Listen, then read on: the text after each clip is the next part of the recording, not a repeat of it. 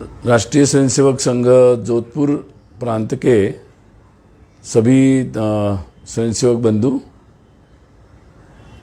आज पूरे दुनिया में भारत के बारे में चर्चा हो रही है। हमारे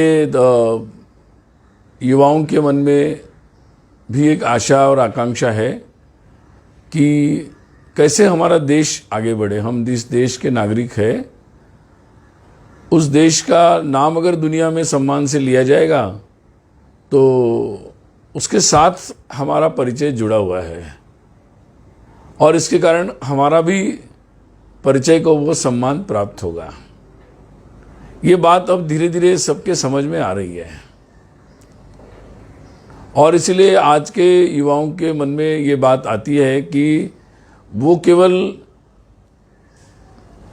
उदासीन रहना छोड़ दे, इतना ही नहीं, वो केवल देश के बारे में सोचे और उसकी समीक्षा करे, इतना ही नहीं, तो देश की जो भी गतिविधियां हो रही है, देश के विकास की बात हो रही है, उस सब में वो सहभागी हो। और इसलिए ये सहभाग जो है वो बहुत महत्वपूर्ण है और उस सहभाग के लिए आज के युवाओं के मन में एक बहुत तड़प है, वो इसके लिए रास्ता ढूंढते हैं और इसके लिए जो जो रास्ता उनको मिलता है उसको अपनाने वालों की संख्या भी लाखों करोड़ों में है।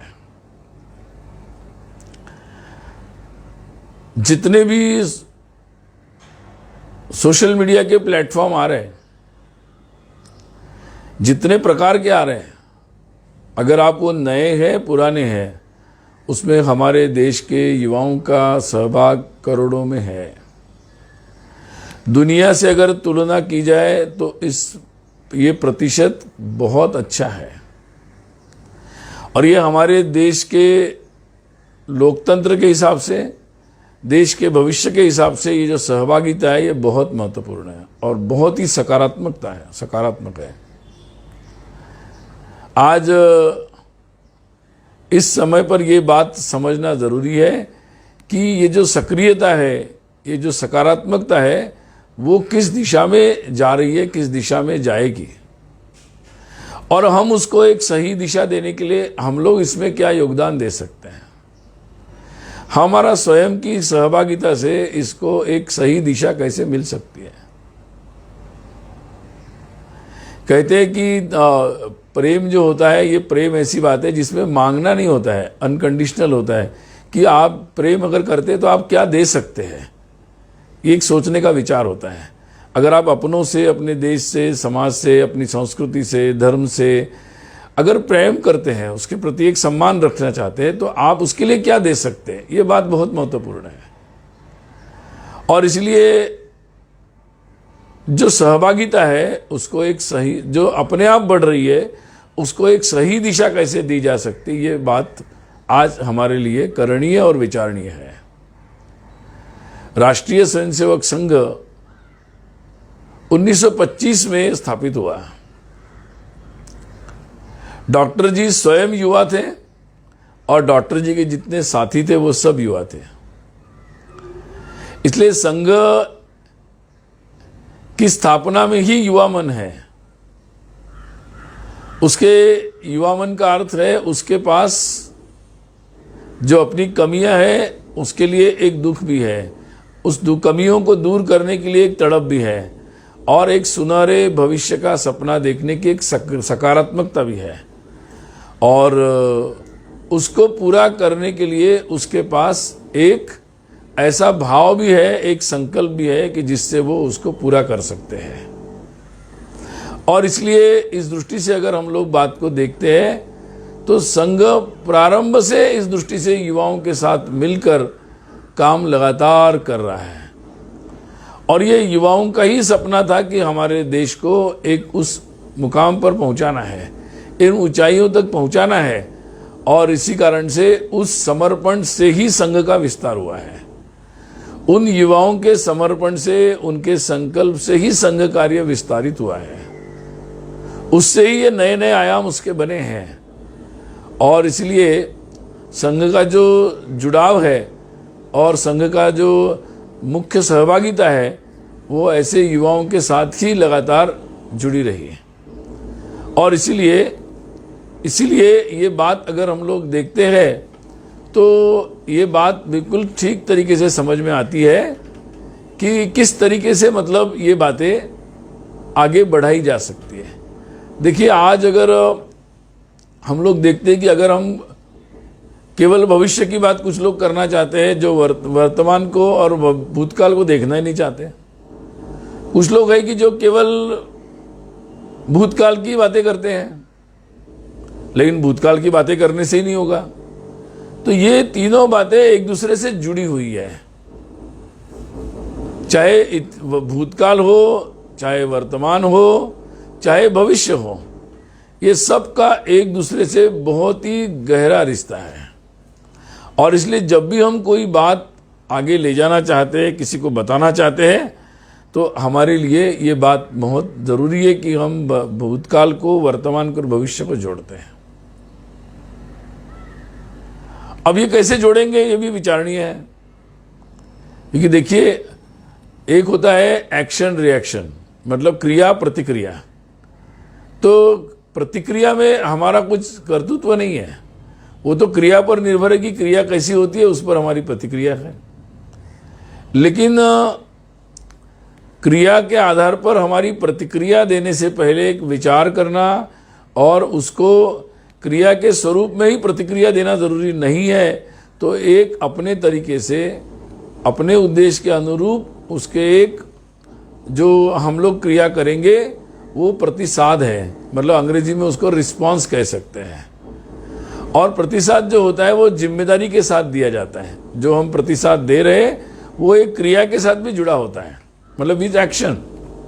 और इसीलिए ऐसे जब भी हम लोग सोचते हैं तो युवाओं के कई युवा है कि जो केवल प्रतिक्रिया देकर अपना कर्तव्य पूर्ति समझते हैं, लेकिन वहाँ कर्तव्य पूर्ति नहीं होती। जबकि आपके मन में स्वाभाविक रूप से अगर कोई प्रतिक्रिया आ रही है तो उसका अगर प्रतिसाद देना है तो वो स्वाभाविक रूप से होगा कि आपको उसके बारे में, जिसको हम बोलते हैं कि उस प्रश्न को अपने अंदर पालना और उसको पालते हुए उसके समाधान को तैयार करना।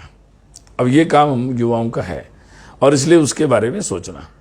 अब देखिए, हम लोगों का काम है कि अपने युवा साथियों को समझाना।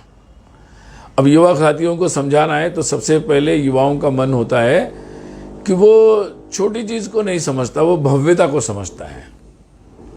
इसलिए अगर हम कोई बात युवाओं को समझाना चाहते हैं तो एक भव्यता से समझा सकते हैं। उदाहरण के तौर पर मैं आपको बताऊं कि कई बार समाज में ऐसा है कि वो दुनिया में कई जगह बड़ी बड़ी इमारतें हैं, बड़ी बड़ी वास्तुएं हैं, हमारे यहाँ वो वास्तुएं नहीं दिखती। कई लोगों को लगता है कि भाई शायद हमारे इतिहास में ये चीज़ें थी नहीं, और इसलिए उनके मन में एक न्यूनता का भाव उत्पन्न होता है। अगर हम अपने इतिहास को उस मुद्दे से, उस मुद्दा ध्यान में रखकर बताएंगे तो हम बताएंगे कि हमारे मंदिर कितने भव्य थे। फिर हम बृहदेश्वर का मंदिर जो तिरुचिरापल्ली में, उसकी कलाकृतियों को बताएंगे कि भाई हम कुछ नहीं बोलेंगे लेकिन हम उसकी भव्यता को बताएंगे, उससे ही बात समझ में आएगी। दुनिया में उत्सवों की बात होती है, हम अपने कुंभ का वर्णन करेंगे, हम और कुछ नहीं बताएंगे, हम कुंभ का वर्णन करेंगे। लेकिन कुंभ की भव्यता का वर्णन ऐसा करेंगे कि कितने लोग आते हैं, कैसा होता है, कितने दिन का होता है, कितने प्रकार की चीजें होती है। तो ध्यान में ये आएगा कि पूरी दुनिया में ऐसा उत्सव कहीं नहीं है जो हजारों साल से हो और जिसमें इतनी भव्यता, विशालता और इतनी सुंदरता हो। तो फिर ये बात आज के युवाओं के लिए भी गर्व करने लायक बात बनती है। जब वो इस बात के बारे में गर्व करने लगता है तो स्वाभाविक रूप से अपने देश, समाज, संस्कृति से वो जुड़ता है और उसके महत्व को जानता है। अगर हम लोग कहेंगे कि पुरुषार्थ की बात है तो कई लोग हैं जिनको नेपोलियन, अलेक्जेंडर तो किताबों से पता है, लेकिन उनको पता नहीं कि उनसे एक एक पराक्रमी लोग अपने देश में हो गए। अब उनको उसका पराक्रम बताने की जरूरत है। रामायण, महाभारत की लड़ाइयों का जो वर्णन है, युद्धों का वर्णन, वो इतना विशाल और व्यापक है। उसमें जो कल्पनाएं हैं, मैं सोचता हूं कभी कभी काल्पनिक भी सोचो तो कल्पना कितनी भव्य है। मतलब जो विश्वास नहीं करते वो कल्पना समझे, लेकिन इतनी बड़ी भव्य कल्पना हजारों वर्षों पूर्व करना इसके लिए भी उनके आसपास का वातावरण कैसा रहा होगा जिसके कारण उनके मन में ऐसी भव्य कल्पना आई। और फिर अगर हमें ये पता है कि हम लोग उनको बाजीराव की कहानी सुनाते हैं, जैसे हम राजस्थान में महाराणा प्रताप की कहानी सुनाते हैं, पृथ्वीराज की कहानी सुनाते हैं। अब होता क्या है कि कई बार हम लोग जनरल कहानी सुनाते हैं। जनरल सुनाने से, जनरल बात बोलने से प्रभाव नहीं होता। आज हम लोगों को अगर युवाओं के पास वो विषय लेके जाना है तो हमें छोटी कहानी लेकिन पूरी डिटेल्स के साथ, पूरी विवरण के साथ, पूरे वर्णन के साथ, स्पेसिफिक, एकदम निश्चित ऐसी बात बतानी पड़ेगी। इसलिए आप लंबी चौड़ी कहानी मत बताइए, आप एक ही कहानी बताइए। उदाहरण के तौर पर आप एक ही युद्ध बताइए, यानी जैसे शिवाजी की कहानी में सिंहगढ़ का एक ही युद्ध है, उस युद्ध को ही आप वर्णन बताइए कि किस तरीके से लोग गए, किस तरीके से उन्होंने संकल्प लिया, किस तरीके से वो चढ़े, कैसा युद्ध किया, कैसी घटना हुई, स्ट्रैटेजी कैसी थी, ये कैसा था, सब चीजें डिटेल में बताइए। उससे जो भाव जागृत होगा वो वास्तव में युवाओं को संकल्प प्रभावित करेगा और उनको ये ध्यान में आएगा कि नहीं, मैं कुछ नई चीज मुझे पता चली है, और उसके कारण उनके मन में गर्व का भाव होगा। अब देखिए, एक सारीगढ़ी का युद्ध हुआ जहां छोटी सी हमारे सिख बंधुओं की, सरदार बंधुओं की छोटी सी एक फौज का टुकड़ा था, बहुत ही कम फौजी, लेकिन एक ही इस युद्ध की कहानी को जब वर्णन से, विस्तार से बताया गया, वही अपने आप में बहुत बड़ी प्रेरणास्पद बन गई। इसलिए आज के जितने भी प्लेटफॉर्म्स हमारे लिए उपलब्ध है, उन प्लेटफॉर्म्स पर हम अपनी बातों को विस्तार से बताएं। एक छोटी बात ले ले, उसको विस्तार से बताएं। और विस्तार से अगर बताएंगे एक छोटी सी बात को, तो फिर उसका प्रभाव जो है उस तरीके से पड़ेगा। और इसलिए डिटेल्स बहुत जरूरी है। देखिए, अभी हम लोग, मैं कई बार पूछता हूं सब लोगों से, बंगाल में भी हिंसा हुई। हमारे देश में कई बार ये बात बताई जाती है कि जो हमारे अनुसूचित जाति के लोग हैं, वो उनके ऊपर अन्याय हुआ है, सतत रूप से अन्याय हुआ है, और इसीलिए वो जो अन्याय है वो अगर दूर करना है तो उसके लिए उनको मुसलमानों के साथ जाना चाहिए, और उनका जो कॉम्बिनेशन होगा वो सही तरीके से होगा, ताकि वो अन्याय से बचेंगे और उनका एम्पावरमेंट होगा। अब हम लोगों को इस बात में, अगर हम बातें बताने की जगह हमें सिंपल सी एक बात बतानी है। उनको बताना है जगन्नाथ मंडल की कहानी। जगन्नाथ मंडल कौन थे? जगन्नाथ मंडल डॉक्टर बाबा साहेब अम्बेडकर के तो समकालीन बंगाल के मेतुआ समाज से निकले हुए ऐसे एक, जिसको आजकल हम अनुसूचित जाति के यानी दलित कहते हैं, ऐसे नेता थे।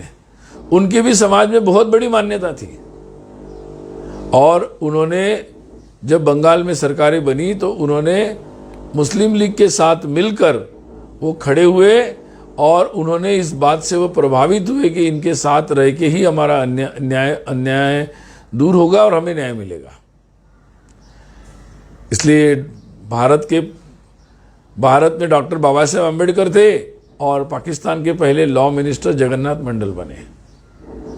लेकिन दोनों की कहानी क्या है? यहाँ इन बाबा साहेब अम्बेडकर जी के हाथ से संविधान बना, और उस संविधान पर पूरा देश चलता है, और उनको उस संविधान के निर्माता के स्थान पर पूरे देश ने बिठाया। और आज वहीं जगन्नाथ मंडल वहां गए, उनके समाज पर जैसा ही देश का विभाजन हुआ, उस नए पाकिस्तान में उनके ऊपर अन्याय हुए।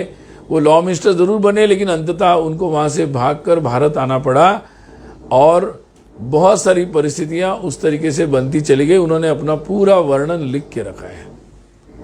मुझे लगता है कि वो वर्णन विस्तार के साथ अगर हम सबके सामने लाते हैं तो उससे ये बात समझ में आती है। और इसलिए हमारी बात तथ्यपरक भी होनी चाहिए कि कौन सी बात कहां रेफर करना।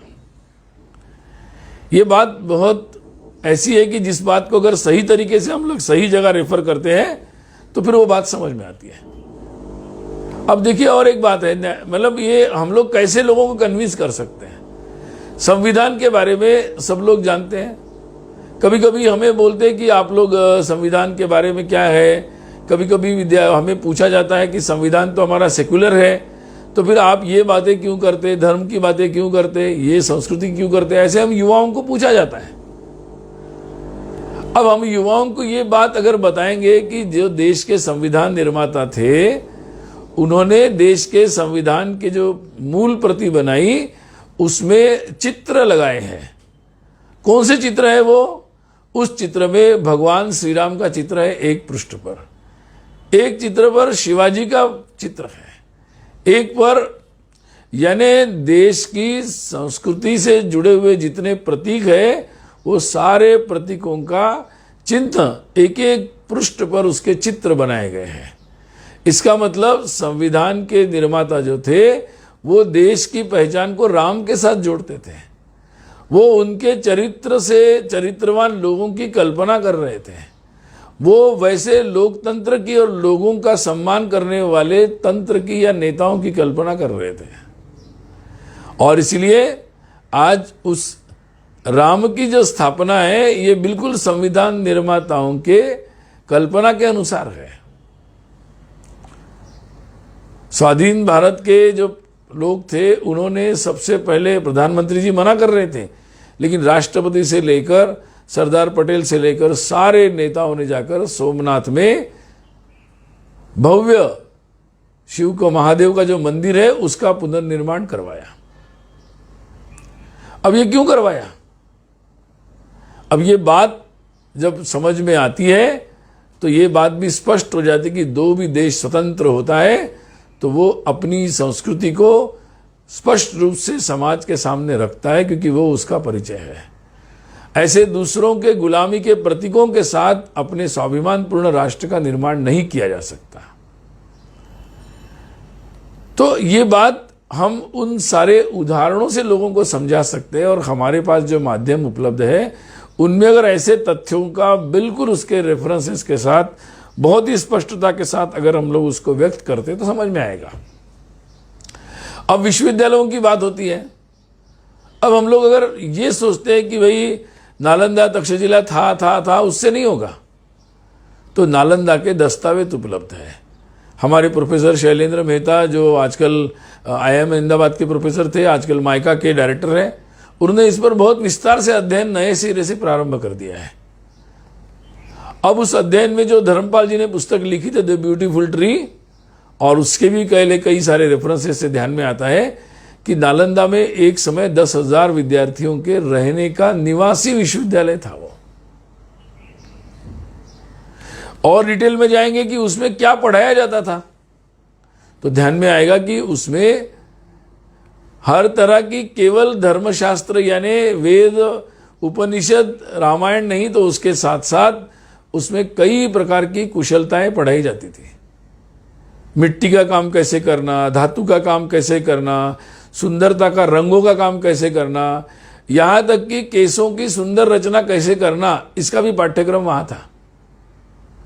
इसलिए पाठ्यक्रम पढ़ने से समझ में आएगा, हमें बोलने की जरूरत नहीं कि भाई हमारी शिक्षा की कल्पना कितनी समग्र थी। फिर शिक्षा की विधि क्या थी, जिसको आजकल पेडोलॉजी बोलते हैं, इंटरैक्टिव थी। अब हमारे कई लोग हैं जो ऑक्सफोर्ड से ज्ञान लेके आते कि नहीं, शिक्षा की पद्धति इंटरैक्टिव होनी चाहिए। अब ये बात समझने की है कि उस समय दुनिया के, यूरोप के, चीन के, मध्य एशिया के सारे देशों के लोग उन नालंदा विश्वविद्यालय में और पहले तक्षशिला विद्यालय में पढ़ने के लिए आते थे, और वो सारे लोग ये सारा ज्ञान लेकर जाते थे। अब आपको ये पता होगा कि अभी अभी 2016 में शुएन झांग पर एक फिल्म आई। ये कौन है? होए त्से-चुंग, जिसको हम अपने यहाँ कहते हैं अपनी भाषा में। ये यात्री था। ये यात्री जब भारत में आया, उसने यहाँ पर आकर संस्कृत से पूरा ज्ञान लेकर वो गया, और उसने पूरा ज्ञान के आधार पर कई ग्रंथों का निर्माण चीन में किया। अब ये सारे ग्रंथ वहां पर उपलब्ध हैं, और उन सब ग्रंथों में ये सारे भारत का वर्णन है। अब हम लोगों को वो वर्णन महत्वपूर्ण है। अभी 2016 में ऑस्कर के लिए जो फिल्म गई उसमें ये सारी बातें तथ्य रूप से लिखी हुई है, दिखाई गई है। अब ये हम लोगों को जब भी हम कोई बात बोलते हैं तो जनरल बोलने से नहीं होगा, हम लोगों को उस बात को मूल रूप से समझना पड़ेगा। हाँ, ये बात सही है, कभी कभी लोग केवल लॉजिकल बात करते हैं, लेकिन केवल लॉजिकल बात करने से नहीं होगा, क्योंकि लॉजिकल तो वकील भी होते हैं। आप उल्टा सीधा इधर से उधर से कोई तर्क का कुतर्क करते हुए लॉजिक बनाकर किसी को कुछ समझा भी देंगे, लेकिन दूसरा कोई बड़ा वकील आ जाएगा, वो दूसरा लॉजिक देगा तो आपकी बात ध्वस्त हो जाएगी।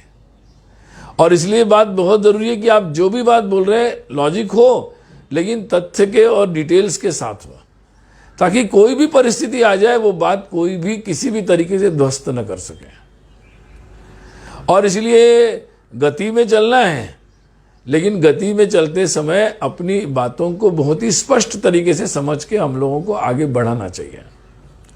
और ये बात मेरे जितने युवा साथी सोशल मीडिया में धड़ाधड़ चीजें करते रहते हैं, धड़ाधड़ फॉरवर्ड करते रहते हैं, ये उससे उतना इम्पैक्ट, उसका प्रभाव नहीं बनता है। लेकिन आप अगर इस तरीके से रोचक तरीके से तथ्यपरक भव्यता की बातें, ऐसी तरह से बातें अगर उपलब्ध हम कराते चले जाएंगे तो वो आज भी बहुत मन को भाती है, वो मन में एक स्वाभिमान तैयार करती है और वो हमें एक जुड़ाव देती है, और इससे करोड़ों करोड़ों लोग आज भी प्रभावित होते हैं।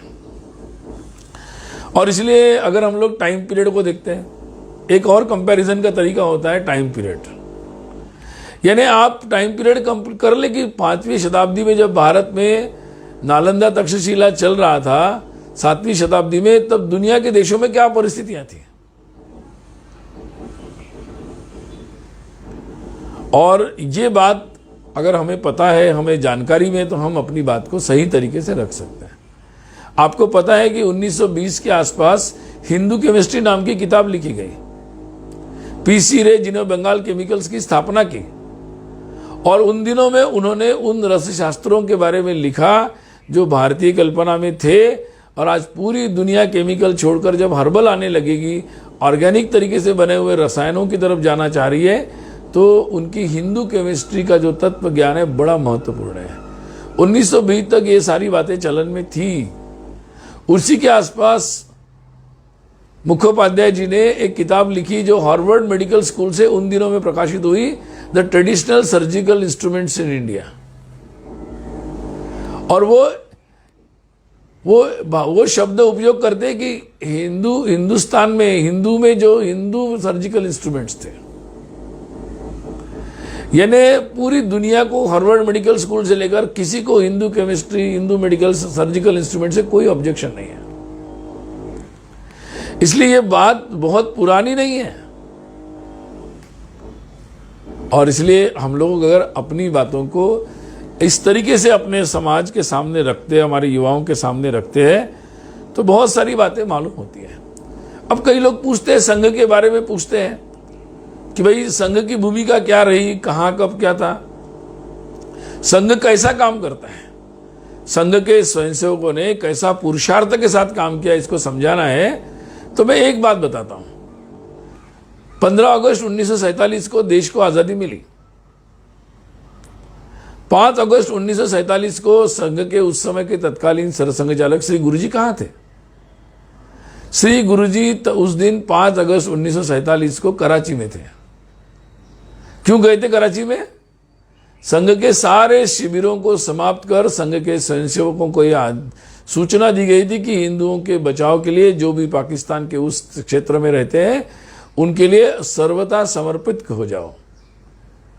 और उनके जो नेता थे श्री गुरुजी सरसंघ चालक, वो स्वयं कराची में उपस्थित होकर हिंदुओं का मार्गदर्शन कर रहे थे, और इस परिस्थिति से उनको कैसे निकलना, कैसे उभारना, इसके लिए स्वयं मैदान कर स्वयंसेवकों के साथ बिल्कुल खड़े थे। तो संघ तो हमेशा इन बातों में व्यस्त रहता है कि कैसे समाज के साथ जुड़ा जाए, समाज के संकट में कैसी सहायता की जाए। और इसीलिए कोरोना के संकट में कई सारे लोग जब अपनी राजनीति में लगे हुए हैं कि कोरोना की क्या हुआ, इसका क्या हुआ, उसने क्या किया, तब सारे स्वयंसेवक हम कोरोना में प्रशासन की, लोगों की कैसे सहायता कर सकते हैं, व्यवस्थाओं को और बेहतर कैसे बना सकते हैं, इसमें अपनी पूरी शक्ति लगाए हुए हैं। और मुझे लगता है कि युवाओं का मन भी ऐसा ही रहता है, वो इस झंझट में नहीं जाना चाहता, वो ऐसे ओछे राजनीति का हिस्सा नहीं बनना चाहता। वो स्वयं एक ईमानदारी से, उसका एक स्वाभाविक स्वभाव होता है, ईमानदारी से कुछ अच्छा सकारात्मक काम करना चाहता है। अपने राष्ट्रीय स्वयंसेवक संघ ऐसे युवाओं को सही दिशा में काम करने का एक अवसर देता है और उनको उस दिशा में काम करने के लिए केवल एक समय, दो समय, एक साल, दो साल नहीं, पूरे जीवन पर्यंत इस मानसिकता से, इस युवा मनस्थिति से कैसा वो समाज जीवन में सक्रिय रह सकता है और अपनी पूरी शक्ति और ऊर्जा को देश और समाज के लिए समर्पित कर सकता है और उस भाव को जीवन पर्यंत टिका सकता है, वैसा व्यक्तित्व बनाने का काम राष्ट्रीय स्वयंसेवक संघ के माध्यम से होता है। और इसी कारण से उससे जो दीक्षा पाते हैं वो अपने जीवन पर्यंत स्वयं ऐसा कार्य करते ही है, लेकिन ऐसे कई युवाओं को अपने इस कार्य से, अपने विचार से, अपने स्वयं के जीवन से इस तरह प्रेरित करते हैं कि वो भी उसी तरह से बन जाते हैं। तो एक स्वयंसेवक अगर अपने में इन गुणों को, इस ईमानदारी को धारण करता है तो स्वयं अपने आप में भी बीज बन जाता है, क्योंकि फल तो बहुत आते हैं लेकिन जो बीज होता है वो बीज दूसरे वृक्ष को जन्म देने की क्षमता रखता है। तो संघ कार्य में, पद्धति में यही विशेषता है कि उससे ऐसे बीज का, ऐसे युवाओं का तैयार होता है कि जो स्वयं अपने आप में बीज का काम करते हुए संघ कार्य को विस्तारित करते रहते हैं। संघ कार्य क्या है? संघ कार्य तो यही है कि स्वयंसेवक भाव का विस्तार है कि भाई मैं अपने बारे में सोचूं, अपने साथ साथ मैं देश के बारे में सोचूं और देश के साथ सोचते सोचते मैं पूरे राष्ट्र के बारे में, समाज के बारे में सोचकर उसमें अपनी शक्तियों को लगा दूं। यही संघ का विचार है, यही स्वयंसेवक भाव है और इस भाव को विस्तारित करने का कार्य स्वयंसेवक करता रहता है।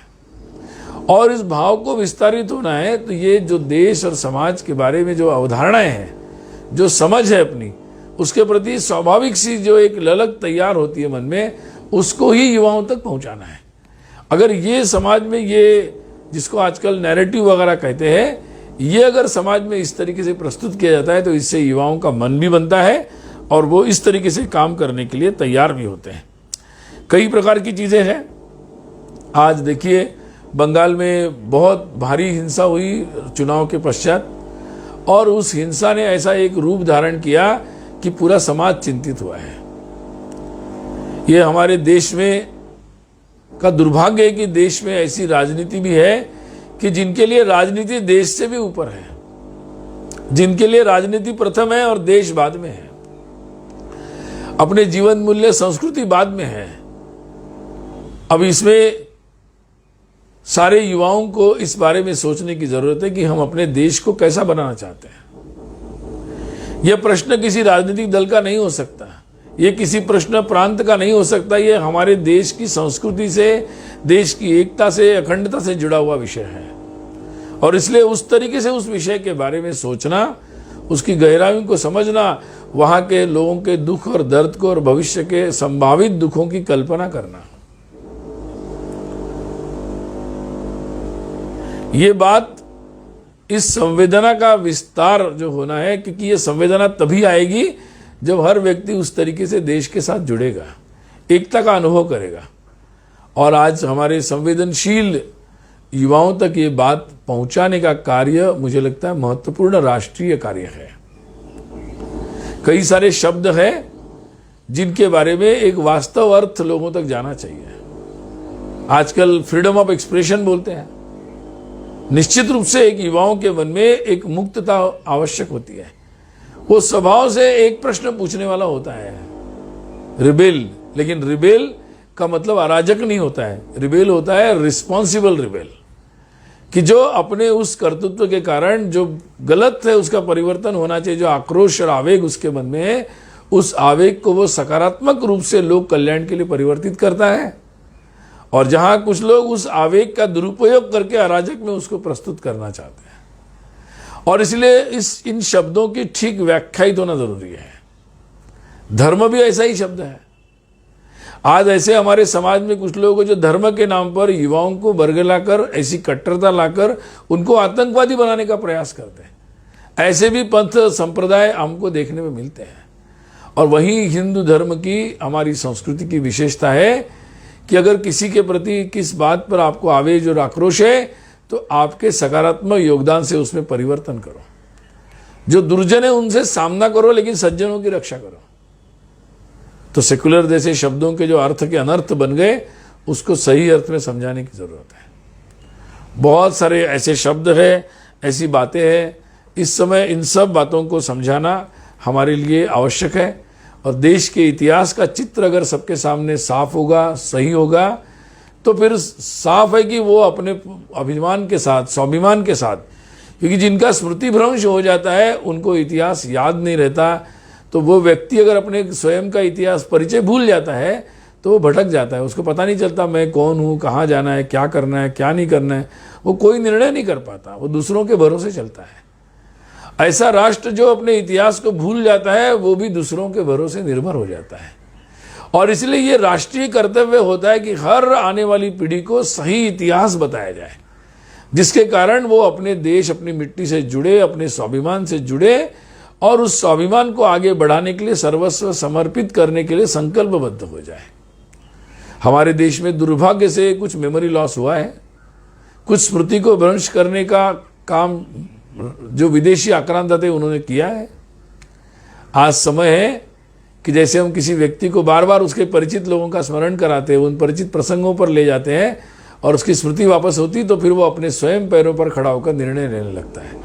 हमारा भी संघ का कार्य आज का राष्ट्रीय कर्तव्य है कि हरेक को अपने इतिहास की सही परिचय दो, ताकि वो स्वयं को समझे और अपने स्वयं के पैरों पर खड़ा हो जाए, भविष्य को बनाने के लिए दूसरों पर निर्भर न रहे। ऐसे राष्ट्र का निर्माण और ऐसे उचित स्मृति से युक्त ऐसे समाज का निर्माण एक राष्ट्रीय कर्तव्य है। आज मुझे लगता है कि हमारे सब युवा साथियों को संघ के इस कार्य के इस भाव को, इस स्पिरिट को समझकर उसके लिए समाज में स्वयं कुछ जिम्मेदारियां लेकर समाज में अपने जो युवा है उनको इस दिशा से अवगत कराने का काम जो है वो राष्ट्रीय कर्तव्य है। हम उसको उसी तरीके से समझें जैसे कोई स्वाधीनता के लिए दीवाना होकर फांसी पर झूम जाने के लिए भी तैयार होते थे। उसी मस्ती में, उसी एक मस्ती में आज के युवाओं को भी देश को इस मुकाम पर पहुंचाने के लिए स्वयं को समर्पित करना आवश्यक है। और उसी दृष्टि से हम सब लोग इस बात को समझें, हम स्वयं प्रेरित हो, दूसरों को प्रेरित करें, हम स्वयं सक्रिय हो, दूसरों को सक्रिय करें, हम अपने देश और संस्कृति को समझें, दूसरों को समझाएं। यही आज राष्ट्रीय कर्तव्य है। आपको इस काम में सफलता मिले, यही मेरी आप सबको शुभकामना। भारत माता की जय।